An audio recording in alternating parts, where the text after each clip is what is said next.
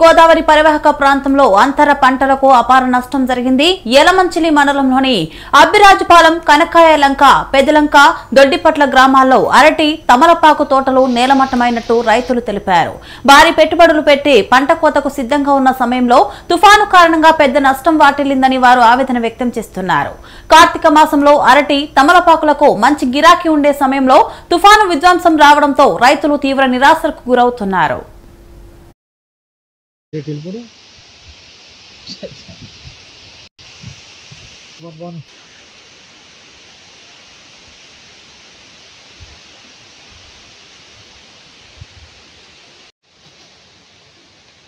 ఇదే తోట మీది రాలేదా?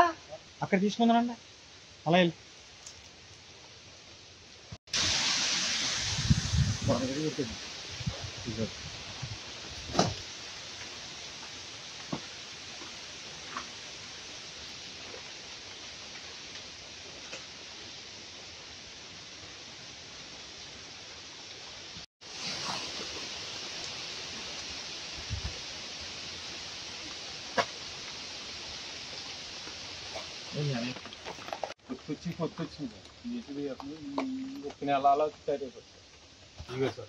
మాది తోట వేసాను సార్, 2 ఎకరాలు తీసింది.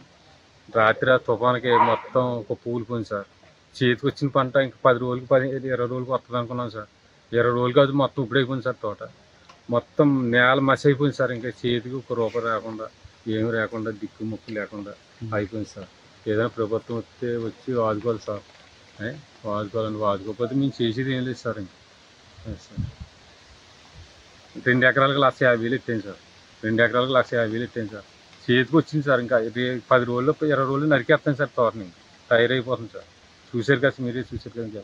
చూసి ఇలా దగ్గర చేతికి వచ్చి టైంలో తుఫాను వచ్చి చాలా నష్టం చూపెట్టింది సార్ మాకు.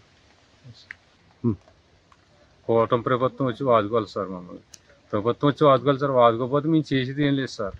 అది సార్, మేము చేసేది లేదు సార్. మాది పశ్చిమ గోదావరి జిల్లా అండి, అబ్బిరాజుపాలెం అండి. మేము తమలపాకు రైతులు అండి. పాలకొల నుంచి వరకు అండి మాది. తమలపాకు తోట నిత్యం అదే చేస్తామండి ఎప్పుడు. ఇది ఎకరం సేను వేసుకున్నామండి. అది పంట బాగానే ఈ సంవత్సరం 3 లక్షలు పెట్టుబడి పెడితే 1,50,000 దాకా వచ్చిందండి. ఇంకో సంవత్సరం దాకా దీని టైం ఉందండి. ఈలోగా అలాగే చేసుకుంటూ ఉంటున్నామండి. ఈ ప్రభుత్వం అనుకోకుండా ముంతా తుఫాను వస్తుందని క్యాన్వాసింగ్ చేశారండి. క్యాన్వాసింగ్ చేస్తే తెలుసుకుని ఆవుకులు ఉన్న కాడ మనుషులు నెట్టి గడపరనెట్టి వదిలేయించి కర్రలో దిగించామండి. దిగించిన ఇది ఆ సాయంకాలం దాకా నిన్న 28వ తారీఖు సాయంత్రం దాకా ఉన్నామండి. అర్ధరాత్రి కాడ అనుకోకుండా తుఫాను పెద్ద ఎక్కువయ్యి తెల్లారి వచ్చేటప్పుడు గాలి మంపకి పడిపోయి ఉందండి. మాకు ఇంక ఏ ఆధారం లేదండి. ఇదే వ్యవసాయం చేసుకుంటున్నాం. దీని మీద ఆధారాన్ని ప్రభుత్వం ఏదైనా ఆదుకోవాలని కోరుతున్నాము.